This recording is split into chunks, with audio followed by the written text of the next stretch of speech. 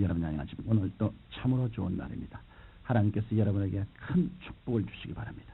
저는 오늘 여러분과 함께 고린도후서 5장 7절의 말씀을 가지고 보이지 않는 세계란 제목으로 은혜를 나누고자 합니다. 인생을 살아가는 데 있어서 삶의 의미와 목표를 안다고 하는 것은 얼마나 중요한 일인지 모릅니다. 현재 자신의 처지를 제대로 알고 앞으로 가야 할 길을 올바로 알며 목적지를 뚜렷이 알고 있는 사람은 가장 행복한 사람이며 성공적인 인생을 살아갈 수 있습니다. 그러나 안타깝게도 오늘을 사는 대부분의 사람들이 이러한 삶의 의미를 바로 알지 못하고 있습니다. 동서고금을 통해서 수많은 사람들이 삶의 의미와 인생의 목적지를 알기 위해 무진 애를 썼으나 아무런 소용이 없는 것입니다. 오히려 또 다른 물음표만 던져놓은 데 그치고 말았습니다.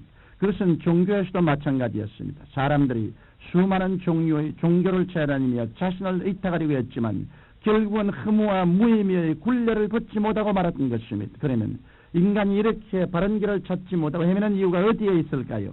그것은 바로 저들의 마음이 하나님을 떠났기 때문입니다. 아담과 하와 때부터 타락한 인간이 지은 죄가 높은 장벽이 되어 하나님과 인간과의 사이를 갈라놓았습니다. 그 때문에 인간이 하나님을 보지 못하고 눈이 어두워 갈 길을 잃고 만 것입니다. 그리하여 인간은 허탄한 인생을 의지하며 눈에 보이는 세계에서만 전전긍긍하다가 끝내 절망의 심년으로 빠져버리고 마는 것입니다. 그렇다면 우리 인생에게 시원한 답을 줄 수 있는 것은 없을까요? 우리 인생의 해답은 오직 우리를 만드신 하나님만이 주실 수 있습니다.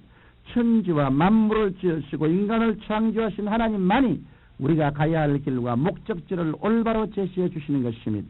하나님은 비록 보이지 않은 세계에 계시지만 우리는 그 세계에 이를 수가 있습니다. 뿐만 아니라 그 세계를 소유할 수도 있습니다. 이 얼마나 놀라운 축복입니까? 저는 오늘 여러분에게 보이지 않는 세계에 대해 말씀드림으로써 삶의 진정한 행복을 누리며 살 수 있도록 도와드리고자 합니다. 첫째로 눈에 보이는 이 세계는 헛되고 헛된 세계라는 것입니다. 오늘 이 세계는 찬란한 문화와 발전된 문명을 자랑합니다.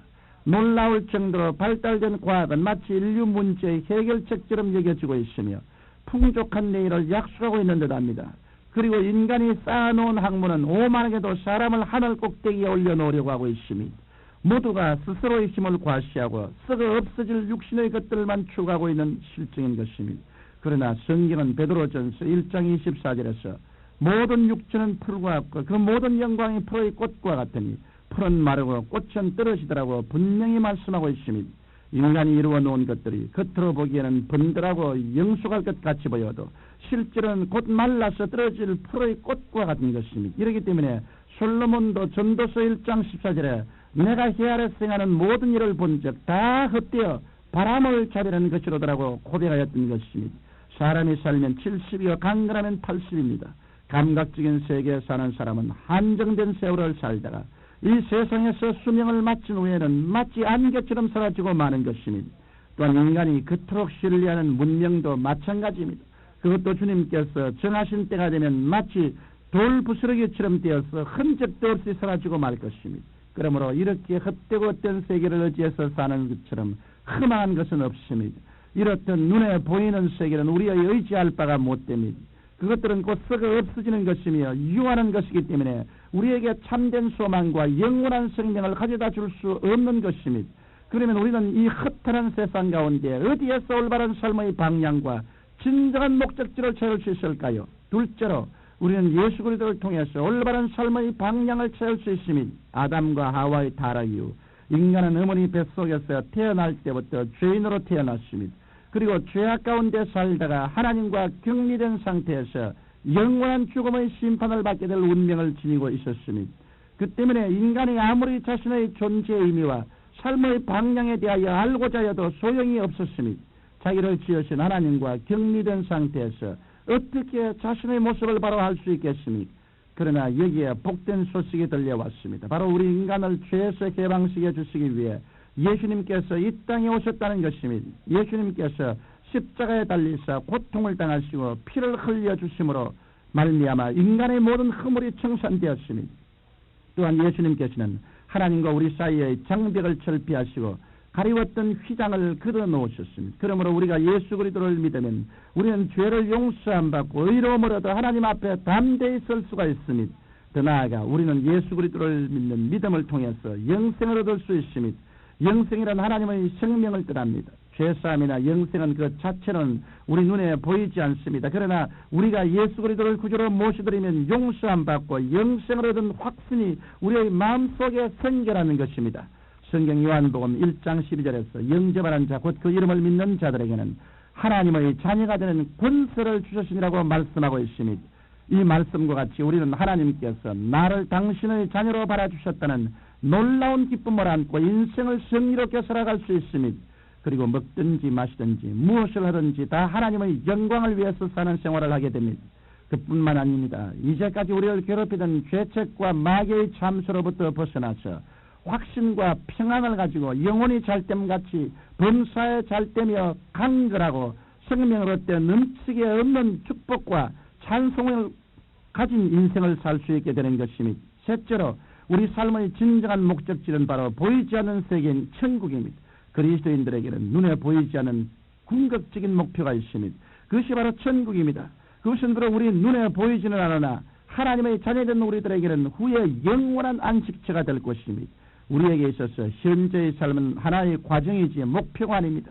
성경 베드로전서 2장 11절에서 사랑하는 자들아 나그네와 행인 같은 내일을 고나느니라고 말씀하고 있습니다. 이와 같이 이 세상 인생길은 우리가 잠시 거쳐가는 나그네 길인 것입니다. 그러면 우리가 종국적으로 도착하는 종착역은 어딜까요? 예수님께서는 요한복음 14장 1절로 2절에서 너희는 마음에 근심하지 말라. 하나님을 믿으니 또 나를 믿으라. 내 아버지 집에 그할 곳이 많도다라고 말씀하셨습니다. 그리고 사도 바울은 고린도후서 5장 1절에서 만일 땅에 있는 우리의 장막집이 무너지면 하나님께서 지으신 집 곧 손으로 지은 것이 아니요 하늘에 있는 영원한 집이 우리에게 있는 줄 안다고 기록하고 있습니다. 이와 같이 우리가 지금은 이 세상 집에 살고 있지만 얼마 있지 아니하여 아버지의 집으로 가게 되는 것입니다.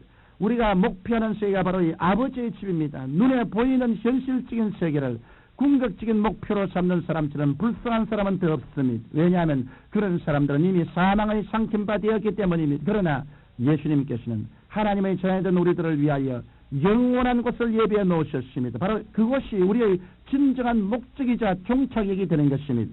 지금 우리가 사는 이 시대는 종말적인 시대입니다.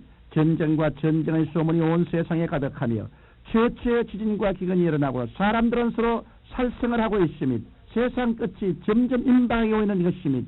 이런 때일수록 우리가 더욱 마음을 새롭게 하고 믿음을 더욱 굳건히 하여 주님 앞에서 부끄러울 것이 없는 생활을 해야 할 것입니다.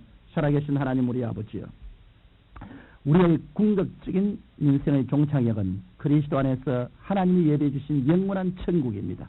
내 아버지 하나님이 이 방송을 청취하는 사람 중에 한 사람도 세상을 종착역으로 삼지 말고 영원한 천국이 영원한 미래의 종착역이 되게 하여 주옵소서. 예수님 이름으로 기도하옵나이다. 아멘.